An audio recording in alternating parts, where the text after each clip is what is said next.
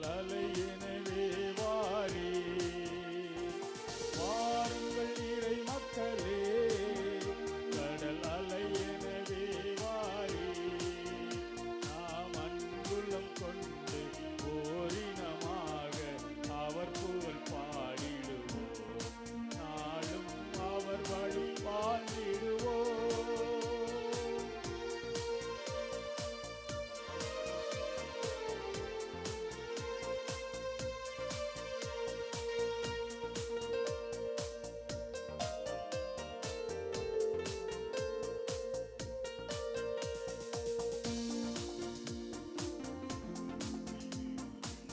ஆகிடுமே எளியவர் நலம் பெற இணைந்திடுவோம். சிறுதுளி பெருவெள்ளம் ஆகிடுமே எளியவர் நலம் பெற இணைந்திடுவோம்.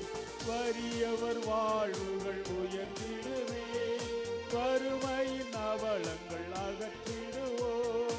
வறியவர் வாழ்வுகள் உயர்ந்திடுமே, வறுமையின் அவலங்கள் அகற்றிடுவோம். தேவன் அரசும் மலர்ந்திடுமே, அன்பும் நீதியும் வளர்ந்திடுமே. வாருங்கள் இறை மக்களே, கடல் அலை எனவே வாரி. வாருங்கள் இறை மக்களே, கடல் அலை எனவே வாரி. நாம் அன்புள்ளம் கொண்டு ஓரினமாக அவர் புகழ் பாடிடுவோம். நாளும் அவர் வழி வாழ்ந்திடுவோம்.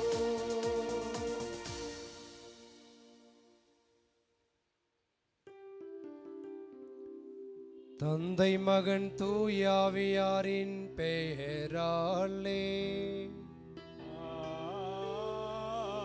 ஆமென். நம் ஆண்டவராகிய இயேசு கிறிஸ்துவின் அருளும் கடவுளின் அன்பும் தூயாவியாரின் நட்புறவும் உங்கள் அனைவரோடும் இருப்பதாக.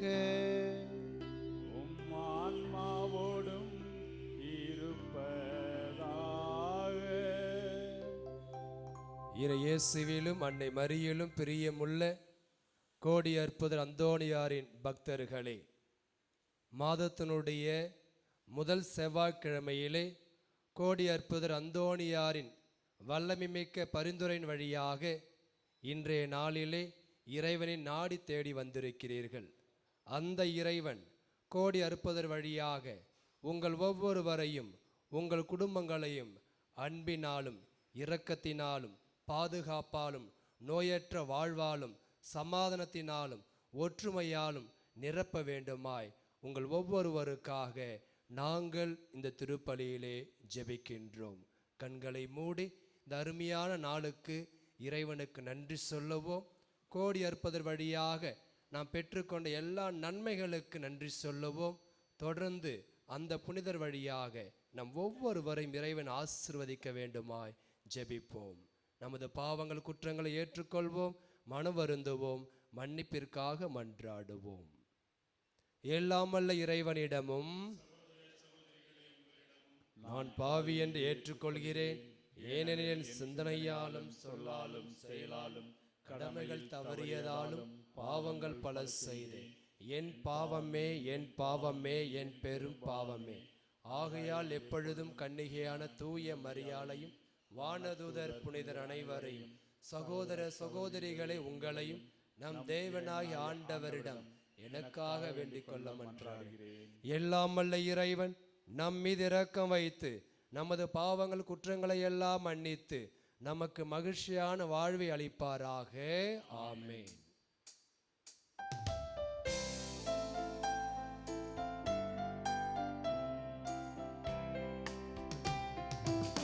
ஆண்டவரே இரக்கமாயிரம்,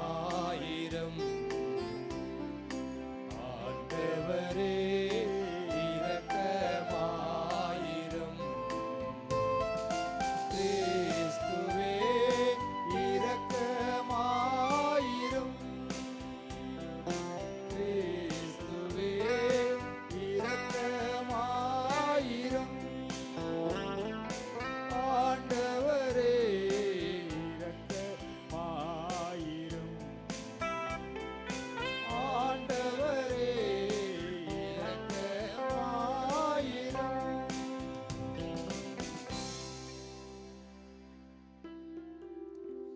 மன்றாடுவோமாக.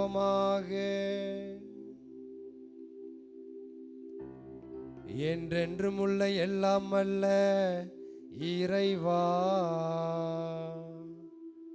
புனித அந்தோணியாரை தலை சிறந்த போதகராகவும் எங்கள் தேவைகளில் பரிந்து பேசுபவராகவும் எங்களுக்கு கொடையாக வழங்கியுள்ளீரே. அதனால் அவரது உதவியால் நாங்கள் கிறிஸ்து வாழ்வின் நெறிகளை கடைபிடிக்கவும் எங்களுக்கு வரும் துன்பங்களில் எல்லாம் உமது உதவியை கண்டுணரவும் செய்வீராக. எங்கள் ஆண்டவராகிய இயேசு கிறிஸ்து வழியாக உம்மை மன்றாடுகின்றோம்.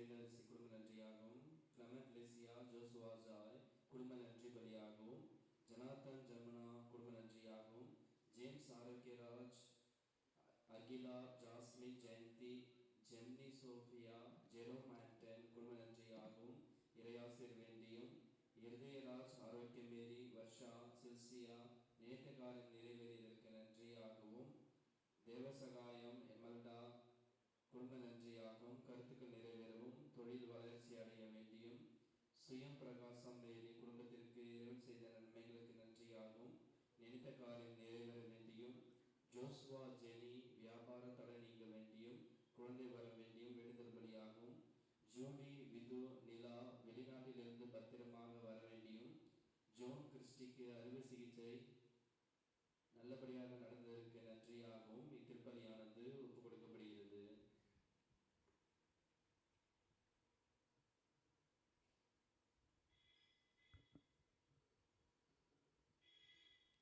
கடவுள் அன்பாயிருக்கிறார். திருத்தூதர் யோவான் எழுதிய முதல் திருமுகத்திலிருந்து வாசகம். அதிகாரம் 4, இறை வசனங்கள் 7 முதல் 10 முடிய. அன்பார்ந்தவர்களே, ஒருவர் மற்றவரிடம் அன்பு செலுத்துவோமாக, ஏனெனில் அன்பு கடவுளிடமிருந்து வருகிறது. அன்பு செலுத்தும் அனைவரும் கடவுளிடமிருந்து பிறந்தவர்கள், அவர்கள் கடவுளை அறிந்துள்ளார்கள். அன்பில்லாதோர் கடவுளை அறிந்து கொள்ளவில்லை, ஏனெனில் கடவுள் அன்பாய் இருக்கிறார். நாம் வாழ்வு பெறும் பொருட்டு கடவுள் தம் ஒரே மகனை உலகிற்கு அனுப்பினார். இதனால் கடவுள் நம்மீது வைத்த அன்பு வெளிப்பட்டது. நாம் கடவுள் மீது அன்பு கொண்டுள்ளோம் என்பதில் அல்ல, மாறாக அவர் நம்மீது அன்பு கொண்டு தம் மகனை நம் பாவங்களுக்கு கழுவாயாக அனுப்பினார் என்பதில்தான் அன்பின் தன்மை விளங்குகிறது. ஆண்டவர் வழங்கும் அருள்வாக்கு.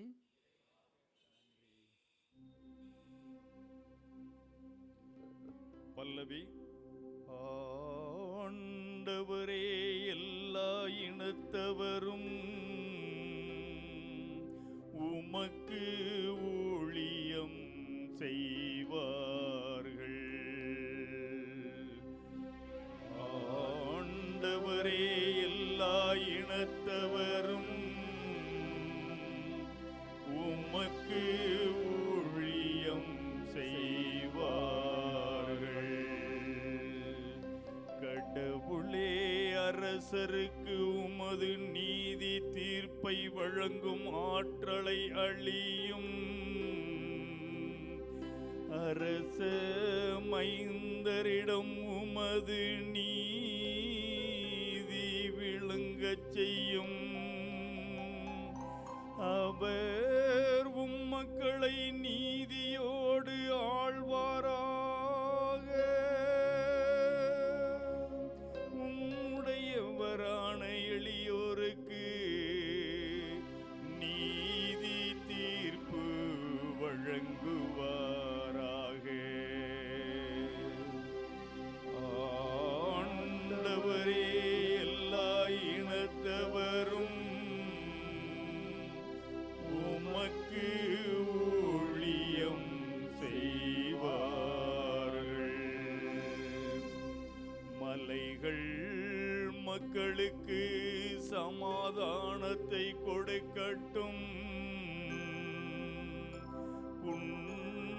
செயல்கள் நீதியை விளைவிக்கட்டும். எளியோரின் மக்களுக்கு அவர் நீதி வழங்குவாராக. ஏழைகளின் பிள்ளைகளை காப்பாராக. ஆண்டவரே, எல்லா இனத்தவரும் உமக்கு ஊழியம் செய்வார்கள். அவர் காலத்தில் நீதி தழைத்தோங்குவதாக. நிலா உள்ளவரையில் மிகுந்த சமாதானம் நிலவுவதாக. ஒரு கடலிலிருந்து அடுத்த கடல் வரைக்கும் அவர் ஆட்சி செலுத்துவார். பேராற்றலிலிருந்து உலகின் எல்லை வரைக்கும் அவர் அரசாழ்வார். ஆண்டவரே, எல்லா இனத்தவரும்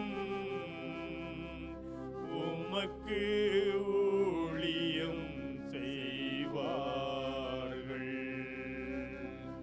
ஆண்டவரே, எல்லா இனத்தவரும் உமக்கு ஊழியம் செய்வார்கள்.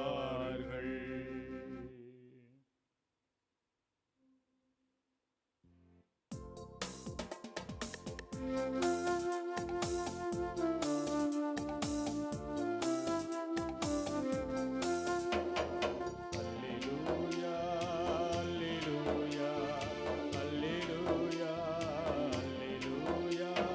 அல்லேலூயா, அல்லேலூயா, அல்லேலூயா, அல்லேலூயா. ஏழைகளுக்கு நற்செய்தியை அறிவிக்கவும், சிறைப்பட்டோர் விடுதலை அடைவர் என முழக்கமிட்டு அறிவிக்கவும் ஆண்டவர் என்னை அனுப்பியுள்ளார். அல்லேலூயா, அல்லேலூயா, அல்லேலூயா, அல்லேலூயா, அல்லேலூயா. ஆண்டவர் உங்களோடு இருப்பாராக. உம் ஆன்மாவோடும் இருப்பாராக. தூய மார்க் எழுதிய பரிசுத்த நற்செய்தியிலிருந்து வாசகம். ஆண்டவரின் மாட்சி உமக்கே.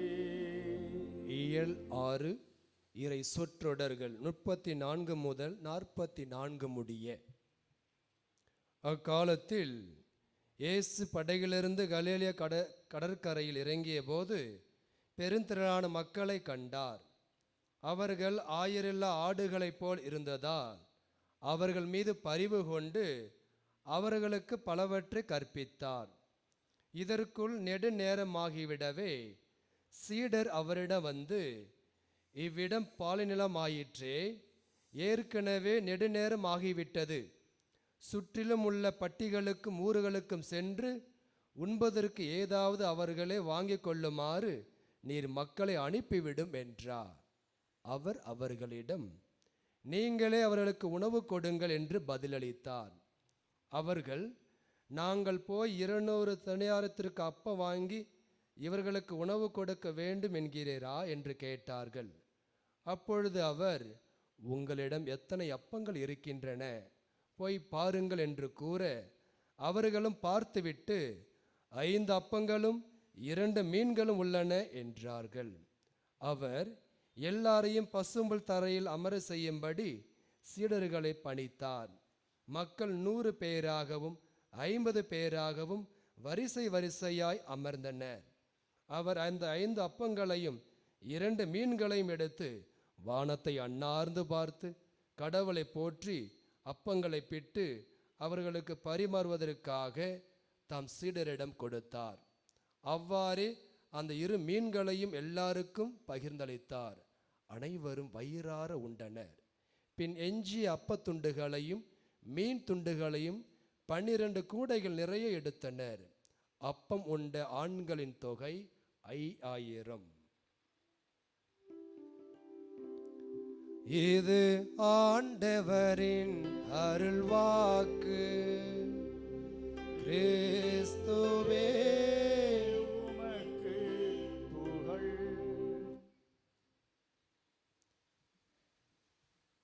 God is love. அன்பே கடவுள். கடவுள் அன்பாயிருக்கிறார். நாம் அன்பாயிருக்கின்றோமா? கடவுள் அன்பாயிருக்கிறார். நாம் அன்பாயிருக்கின்றோமா? வாழ்கின்றோமா? மாதத்தின் முதல் செவ்வாய்க்கிழமை நம்மை பார்த்து சிந்திக்க அழைப்பு விடுக்கிறது. கடவுள் அன்பாயிருக்கிறார். நாம் அன்பாயிருக்கின்றோமா? அந்தோனியார் கோவிலில் கணவனும் மனைவியும் பக்தியாக ஜெபிச்சாங்க. ஜெபிச்சிட்ட பிறகு வெளியில் வந்த உடனே மனைவி கேட்டாங்க, யாருக்காக நீங்கள் ஜெபிச்சிங்க அப்படின்னு. உடனே கணவர் சொன்னார், உனக்காக தான்மா, நீ நல்லா இருக்கணும் அப்படின்னு நான் ப்ரேயர் பண்ணேன். நான் யாருக்காக ஜெபிச்சுன்னு கேட்க மாட்டீங்களா? கேட்கலாம், விட்டு விட போகிற. கேட்டார், நீ யாருக்காக ஜெபிச்ச? நான் உங்களுக்காக ஜெபிச்சிங்க. உங்களை அன்பு செய்யணும், உங்கள் கூடவே இருக்கணும். எந்த அளவுக்குன்னா செத்த பிறகும் உங்கள் கூடவே நான் வரணும் அப்படின்னு சொன்னாங்க. எவ்வளோ அன்பான மனைவி பார்த்தீங்களா? இதை கேட்ட உடனே கணவருக்கு வந்தது கோபம். பெருமூச்சோடு சொன்னார், சும்மாவா சொன்னான் ஜோசியக்காரன், செத்தாலும் சனி ஒன்று சும்மா விடாதுன்னு.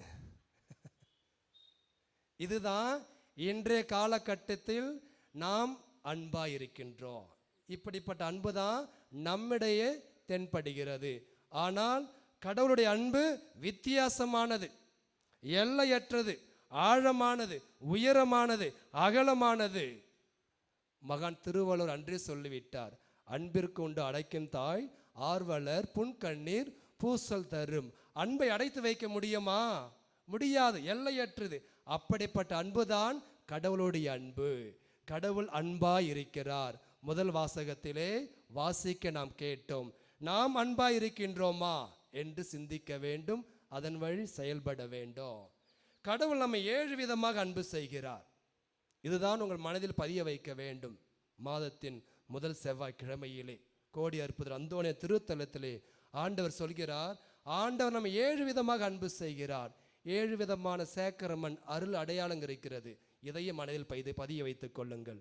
கடவுள் நம்மை 7 விதமாக அன்பு செய்கிறார். முதலிலே படைப்பின் அன்பு. கடவுளுடைய அன்பு படைப்பின் அன்பு. இரண்டாவது, கடவுளின் அன்பு தனிப்பட்ட அன்பு. மூன்றாவது, கடவுளுடைய அன்பு பராமரிக்கின்ற அன்பு. நான்காவது, கடவுளின் அன்பு கண்டித்து திருத்தும் அன்பு. ஐந்தாவது, கடவுளின் அன்பு மன்னிக்கின்ற அன்பு. ஆறாவது, கடவுளின் அன்பு முடிவில்லா அன்பு. ஏழாவது, கடவுளின் அன்பு தொடர்கின்ற அன்பு. ஒவ்வொன்றையும் 2 நாளில் உங்களுக்கு ஷேர் பண்ணுறேன். முதலிலே கடவுளின் அன்பு படைப்பின் அன்பு. தொடக்க நூலில் பார்க்குறோம், கடவுள் எல்லாத்தையும் படைச்சார். படிச்சிருப்பீங்க, கேட்டிருப்பீங்க. கடைசியில் யாரை படைக்கிறாரு?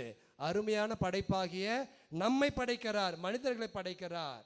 நினச்சி பாருங்க, கடவுள் நினச்சிருந்தா நம்மையும் வேறு விதமாக படைச்சிருக்கலாம். ஆனால் விவிலியம் சொல்கிறது, கடவுள் தம்முடைய சாயலில் நாம் அனைவரையும் படைத்தார். கடவுளை யாரெல்லாம் பார்த்துருக்குறீங்க? கேட்டால் கை தூக்குவீங்களா? பார்க்கலனா இதுவரைக்கும் போய் கண்ணாடியில் பாருங்க, நீங்கள் கடவுளை பார்ப்பீங்க. அந்த உருவம் தான் நாம். அவருடைய சாயலில் நம்மை படைத்திருக்கிறார். இதுதான் கடவுளின் படைப்பின் அன்பு.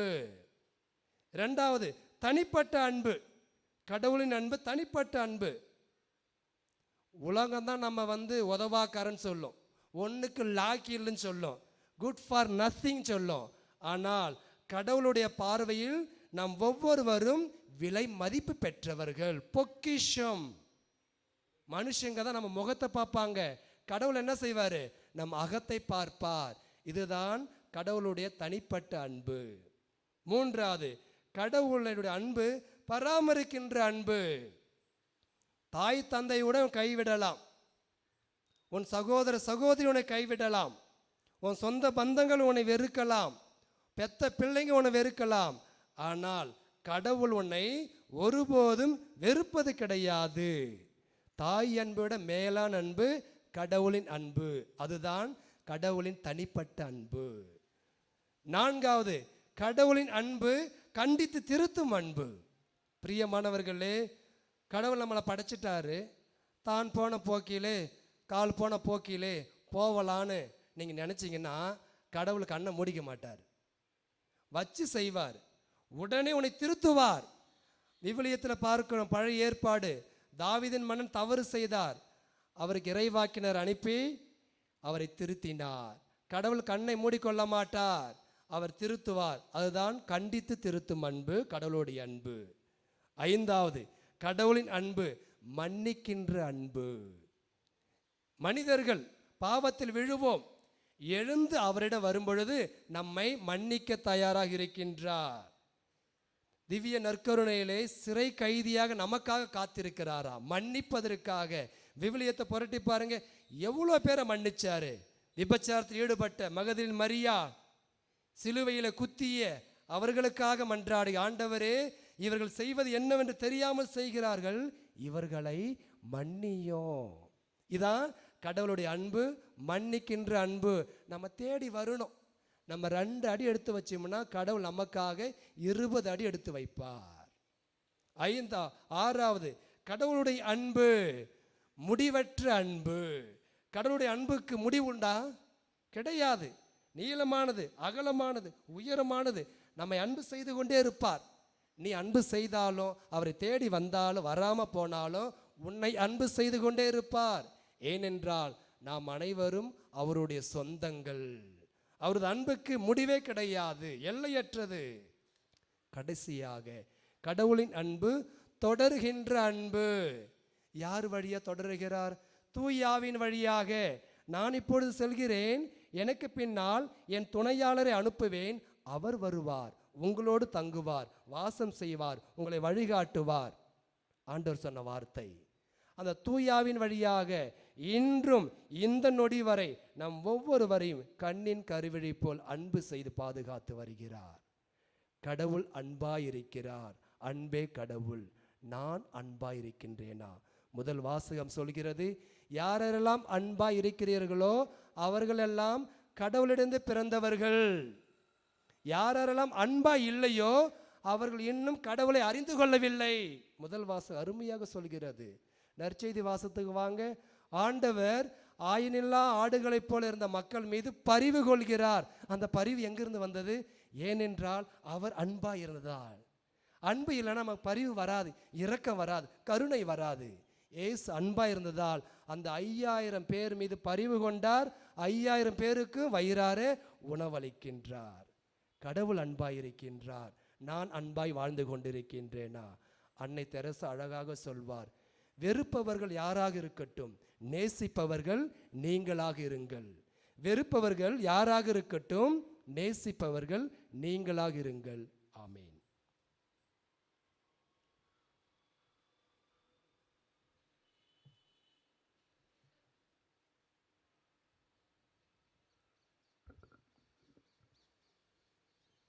மன்றாட்டுக்கள். எங்கள் அன்பு தந்தையே இறைவா, பாவத்தினால் பலவீனமடைந்திருக்கும் எங்கள் ஆன்மா உமது தெய்வீக அன்பையும் அருளையும் ஆசிரையும் பெற்று புதுவாழ்வு வாழ வழிவகுக்க வேண்டும் என்று தோழமையில் இறைவா உம்மை மன்றாடுகிறோம். எங்களை உம்மிடம் இருந்தும் எங்களோடு வாழுகின்ற சகோதர சகோதரிடம் இருந்தும் பிரித்திடும் சோதனை நேரங்களில் எங்களுக்கு நீர் துணை புரிந்து நாங்கள் உமக்கு பிரியமானதை எப்போதும் செய்ய நீர் உதவ வேண்டும் என்று அந்தோணியரின் தோழமையில் இறைவா உம்மை மன்றாடுகிறோம். எங்களுக்கு உமது அன்பு வாழ்விலும் விசுவாசத்திலும் திரு அவை தோழமையிலும் நீர் பங்கு கொடுத்ததற்காக நன்றி கூறும் இவ்வேளையில் நாங்கள் எடுத்துக்காட்டான சாட்சிகளாக வாழ துணை செய்ய வேண்டும் என்று புனித அந்தோணியாரின் தோழமையில் இறைவா உம்மை மன்றாடுகிறோம். குணம் தந்து எங்களை வாழ வைக்கும் தெய்வமே, எங்கள் உடல் உள்ள ஆன்ம நோய்களை போக்கி எங்களுக்கு வேண்டிய நற்சுகத்தையும் சமாதானத்தையும் சந்தோஷத்தையும் தர வேண்டும் என்று புனித அந்தோணியாரின் தோழமையில் இறைவா உம்மை மன்றாடுகின்றோம். இறைவனாகிய உம்மையும் உமது சாயலாக படைக்கப்பட்ட எங்கள் அயலாரையும் அன்பு செய்யவும் எங்களால் இயன்ற உதவியை பிறருக்கு தாராளமாக செய்து உமது இரக்கத்தையும் வள்ளல் தன்மையையும் ஓரளவுக்கு எங்கள் வாழ்வில் பின்பற்ற வேண்டும் என்று புனித அந்தோணியாரின் தோழமையில் இறைவா உம்மை மன்றாடுகிறோம். பராமரிக்கும் இறைவா, எங்கள் வாழ்வில் வறுமை, பிரிவினை, துன்பம், கஷ்டங்கள் நீங்கி நாங்கள் புதிய உற்சாகத்துடனும் நம்பிக்கையுடனும் வாழ வழிவகுக்க வேண்டும் என்று புனித அந்தோணியாரின் தோழமையில் இறைவா உம்மை மன்றாடுகிறோம். காலங்களை அர்ச்சிக்கின்ற இறைவா, எங்கள் பிள்ளைகள் மற்றும் எங்களின் எதிர்காலத்தை நீர் ஆசீர்வதியும். எங்கள் பிள்ளைகள் பொறுப்புடன் திட்டமிட்டு உழைத்து உமது அருளால் முன்னேறவும் ஓர் ஒளிமயமான எதிர்காலத்தை நீர் அவர்களுக்கு அமைக்க உதவ வேண்டும் என்று புனித அந்தோணியாரின் தோழமையில் இறைவா உம்மை மன்றாடுகின்றோம். பாவிகளை தேடி மீட்க வந்த இறைவா, நாங்கள் எங்கள் பலவீனங்கள் குறைகளை உணர்ந்து திருந்தவும் எங்களுக்கு எதிராக தீமை செய்தவர்களை மன்னித்து நன்மை செய்யவும் எல்லாருடனும் ஒற்றுமையுடன் வாழ அருள் தர வேண்டும் என்று புனித அந்தோணியாரின் தோழமையில் இறைவா உம்மை மன்றாடுகின்றோம். பிரிந்த குடும்பங்கள் ஒன்றிணையவும் சமாதானம் இல்லாத நாடுகள் அமைதி பெறவும் வேலையின்றி வாடுபவர்கள் நல்ல வேலை வாய்ப்பு பெறவும் ஏமாற்றத்திலும் சோதனையிலும் தவிப்போர் புதுவாழ்வு பெறவும் வேண்டும் என்று புனித அந்தோணியாரின் தோழமையில் இறைவா உம்மை மன்றாடுகின்றோம். இந்த ஜெப வேளையிலே நாங்கள் நம்பிக்கையுடன் உமது பிரசனத்தில் எடுத்து வைக்கின்ற மன்றாற்றுக்களை ஏற்று எங்களுக்கு தேவையான எல்லா நன்மைகளையும் ஆசீரையும் வழங்கிட வேண்டும் என்று புனித அந்தோணியாரின் தோழமையில் இறைவா உம்மை மன்றாடுகின்றோம்.